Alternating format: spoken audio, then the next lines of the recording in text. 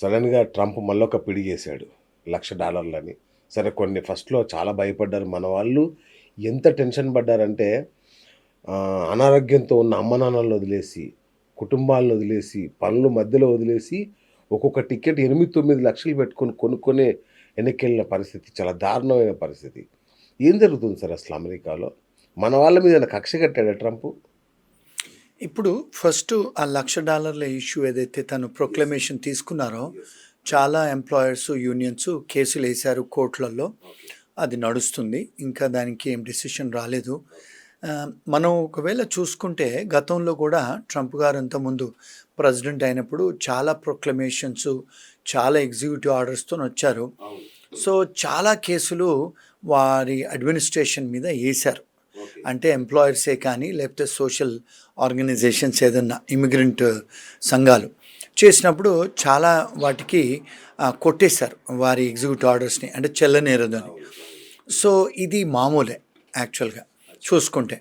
కానీ సెన్సేషనల్గా ఆయన ఓవర్ నైట్లో డెసిషన్ తీసుకున్న తర్వాత ఇప్పుడు మనం ఒక 4 to 5 months బ్యాక్ మనం కూడా చేసాము. అప్పుడు 4,000 మంది స్టూడెంట్స్ని వీసా క్యాన్సిల్ చేస్తే మీరు అప్పుడు ఒక షో చేశారు నాతో యూఎస్ నుంచి. మళ్ళీ ఏం చేశారు, చాలామంది స్టూడెంట్స్ కేసులు వేసి బోల్డన్ ఆర్గనైజేషన్స్ కేసులు వేస్తే మళ్ళీ ఓవర్ నైట్లు వేసేసి మళ్ళీ అందరికి వీసాలు ఇచ్చేయండి అని 4,000 మందికి వీసాలు ఇచ్చారు. అలాంటి సంఘటనలు, అలాంటి డిసిషన్స్ ఎప్పుడు కూడా ఆయన ఎప్పుడు అట్లా అంటే జరుగుతూనే ఉంది. అంటే తను చేసే డిసిషన్ మేకింగ్ ఓవర్ నైట్లో తీసుకుంటారు, మళ్ళీ దాని తర్వాత దాన్ని రద్దు చేస్తారు, అలాంటివి జరుగుతూనే ఉంది. నేను అనుకునేది ఏంటంటే ఇప్పుడు ఈ ప్రొక్లమేషన్ కూడా ఏదైతే $1,00,000 అని చెప్పారో ఇది కూడా నిలవదని నేను అనుకుంటాను. ఎందుకు అంటే ఇక్కడ 2 విషయాలు అర్థం చేసుకోవాలండి. అమెరికన్ కాన్స్టిట్యూషన్ యుఎస్ రాజ్యాంగం ఏమంటుందంటే గవర్నమెంట్ వాళ్ళు ఏదైనా ప్రైవేట్ కాంట్రాక్ట్లో ఇంటర్ఫీరెన్స్ అవ్వటానికి వీల్లేదు. అంటే ఏమిటి, ఇప్పుడు చాలా టెక్నాలజీ కంపెనీసు కాంట్రాక్ట్స్ ఎంటర్ అవుతాయి. అంటే ఇప్పుడు ఫర్ ఎగ్జాంపుల్ చిన్న కంపెనీస్ ఏదైతే ఐటీ కంపెనీస్ మన దేశీ కంపెనీస్ ఉన్నాయో వాళ్ళు ఒక యాప్ డెవలప్మెంట్ చేయడానికి వాళ్ళు ఏం చేస్తారు, కాంట్రాక్ట్స్ ఎంటర్ అవుతారు. కాంట్రాక్ట్స్ ఎంటర్ అయినప్పుడు వేరే కంపెనీస్తో, ఇప్పుడు ఫర్ ఎగ్జాంపుల్ గూగుల్కి ఏదైనా మనం చెయ్యాలి వర్క్, మైక్రోసాఫ్ట్కి ఏదైనా చెయ్యాలి, దానికి వెండర్స్ ఉంటారు, ప్రిఫర్డ్ వెండర్ కంపెనీస్ ఉంటాయి. చిన్న కంపెనీస్ నుంచి వాళ్ళు స్కిల్స్ తీసుకుంటారు, వాళ్ళు యాప్స్ డెవలప్మెంట్ చేయమనో లేకపోతే ఉద్యోగం అంటే ఎంప్లాయీస్ని తీసుకోవడం అని చేస్తారు వాళ్ళు కాంట్రాక్ట్స్. సో ఒకవేళ గవర్నమెంటు అలాంటి కాంట్రాక్ట్ ఇంటర్ఫియరెన్స్ అవుతే ఇప్పుడు వీళ్ళందరూ కూడా ఉద్యోగాలు చేస్తున్నారు కాంట్రాక్ట్ పొజిషన్స్లలో, కొన్ని యాప్స్ కూడా డెవలప్మెంట్ చేస్తున్నారు పెద్ద కంపెనీస్కి. సడన్గా గవర్నమెంట్ వచ్చి ఇలాంటి డెసిషన్స్ తీసుకుంటే దాన్ని ఇంటర్ఫియరెన్స్ ఇన్ కాంట్రాక్ట్స్ అంటారు. ఆ ఇంటర్ఫియర్ ఇన్ కాంట్రాక్ట్స్ ఒకవేళ అయితే అవి చెల్లనేరవు యుఎస్ రాజ్యాంగం ప్రకారం. అంటే ఈ అనాలిసిస్ మీకు ఇంతవరకు ఎవరు చెప్పలేదు. రెండోదండి, ఎప్పుడైతే ఒక గవర్నమెంట్ అంటే ఒక ఫెడరల్ గవర్నమెంట్ ఎప్పుడైనా ఏదైనా నిర్ణయం తీసుకుంటే అది బర్డెన్ అవ్వద్దు, అంటే అన్డ్యూ బర్డెన్ అవ్వద్దు అంటారు. అన్డ్యూ బర్డెన్ అంటే ఏంటి, ఫైనాన్షియల్ బర్డెన్ అవ్వకూడదు ఇండస్ట్రీ మీద. ఎప్పుడైతే అక్కడ ప్రెసిడెంట్సే కానీ అక్కడ స్టేట్ గవర్నర్సే కానీ ఏదైనా నిర్ణయం తీసుకుంటే, ఏదైనా డిసిషన్స్ తీసుకుంటే అది అన్డ్యూ ఫైనాన్షియల్ బర్డెన్ అవ్వకూడదు. ఎవరి మీద, వ్యాపారాల మీద పడితే అది బ్యాడ్ అన్నట్టు. It is against the law. It's called ultra virus constitution. అంటే ఇది విత్ ఇన్ ద కాన్స్టిట్యూషన్ ఫ్రేమ్వర్క్లో లేదు. మరి అలాంటి ఫ్రేమ్వర్క్లో మీరు ఒకవేళ డిసిషన్స్ తీసుకుంటే అవి కోర్ట్స్ ఇంటర్ఫీర్ చేసి చెల్లనేరం అని చెప్పి డిక్లేర్ చేస్తాయి. ఇప్పుడు ఇలాంటివి ఇది రెండో విషయం. మూడో విషయము, ఇప్పుడు పెద్ద కంపెనీస్ ఉన్నాయి, చిన్న కంపెనీస్ కూడా ఉన్నాయి. ఇప్పుడు మరి పెద్ద కంపెనీసే కాదు కదా లక్షల వేల మందిని హైర్ చేసేది, చిన్న కంపెనీస్ కూడా హైర్స్ కూడా చేస్తాయి కదా. ఇప్పుడు మాలాంటి వాళ్ళు కూడా కొన్ని కంపెనీస్ నడిపిస్తారు అక్కడ. సో మాలాంటి కంపెనీలు చిన్న కంపెనీస్ మరి చేసినప్పుడు మేము కూడా హైర్ చేసుకుంటాం $1,00,000, $1,25,000 పెట్టి.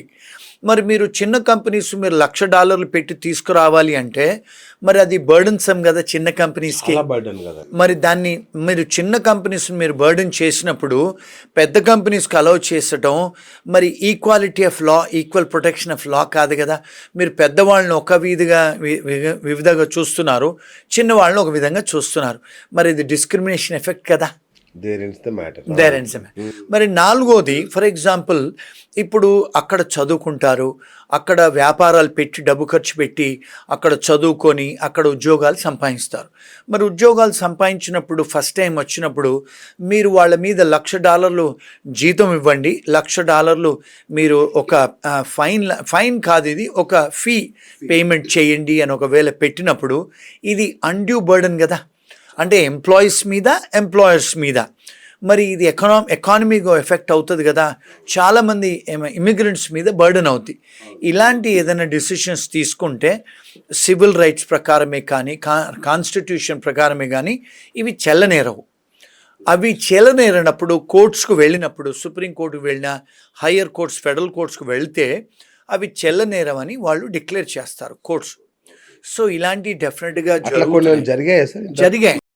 పాస్ట్లో ఈయన ఇచ్చిన ఎగ్జిక్యూటివ్ ఆర్డర్స్ ని క్యాన్సిల్ చేసే సందర్భాలు ఉన్నాయి, చాలా సార్లు అయినాయండి.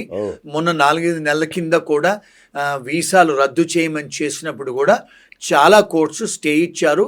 అవి రద్దు అంటే వారు ఇచ్చిన ఎగ్జిక్యూటివ్ ఆర్డర్ అప్పుడు వచ్చారు కదా, అన్ని వీసాలు, స్టూడెంట్ వీసాలు ఎవరైతే తాగి పట్టుబడతారో, క్రైమ్స్ ఉన్నాయో, వాళ్ళ సెవిస్ టర్మినేట్ అయిన వాళ్ళని ఈ వీసాలు క్యాన్సిల్ చేయమని గత 4-5 నెలల కింద మనం ఇండియన్ స్టూడెంట్స్ చాలా అంటే హ్యూ అండ్ క్రై టాంట్రమ్, ఇంకా చాలామంది వచ్చేసారు కూడా వీసాలు రద్దు అవుతాయి. చాలామంది స్టూడెంట్స్ కూడా చాలా అంటే స్ట్రెస్ అయ్యారు. చాలామంది లాయర్స్ దగ్గరికి వెళ్ళారు, ఫెడరల్ కోర్టులోకి వెళ్ళి సూట్లు ఫైల్ చేశారు, లా సూట్స్ అమెరికన్ గవర్నమెంట్ మీద.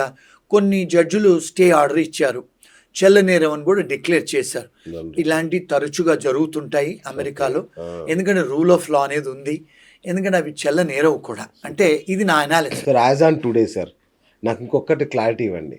ఇప్పుడు ప్రస్తుతం ఆల్రెడీ H-1B వీసా మీద ఉన్న వాళ్ళు రెన్యువల్ కానీ ఎక్స్టెన్షన్ కానీ ఏమైనా ప్రాబ్లం ఉంటుందా? వాళ్ళకి ఏ ఇబ్బందులు లేవండి. ఇప్పుడు H-1B ప్రాసెసింగ్లో ఉన్న వాళ్ళు కూడా ఏ ఇబ్బందులు లేవు. ప్రాసెసింగ్లో ఉన్న వాళ్ళు కూడా ఇబ్బందులు లేవు. నెక్స్ట్ ఇయర్ ఎవరైతే వస్తారో, నెక్స్ట్ ఇయర్ మన దేశాల నుంచి, ఫారిన్ కంట్రీస్ నుంచి ఎవరైతే వస్తారో వాళ్ళు వచ్చే వాళ్ళకి ఆ నిబంధనలు పెట్టారని ఆ ప్రొక్లమేషన్. అంతేనండి, ఇప్పుడు ఉన్న వాళ్ళకి ఏ ఇబ్బందులు లేవండి అక్కడ. రైట్. ఇప్పుడు మీరు ప్రొక్లమేషన్ అన్నారు కదా సార్, ఇది ట్రంప్ ఉన్నంత కాలం ఉండాల్సిందే, లేదంటే ఏది కోర్టు కనుక రద్దు చేయకపోతే ట్రంప్ ఉన్నంత వరకు ఉంటుంది.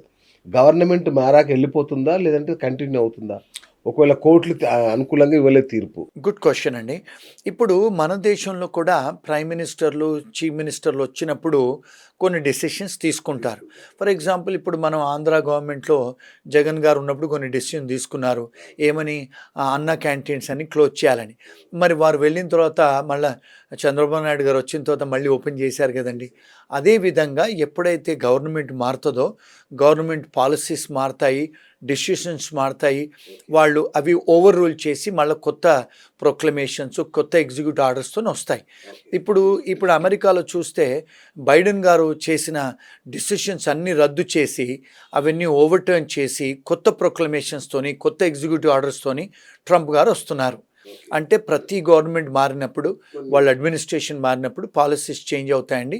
వారు ఉన్నంతసేపు ఉండొచ్చు ఇది.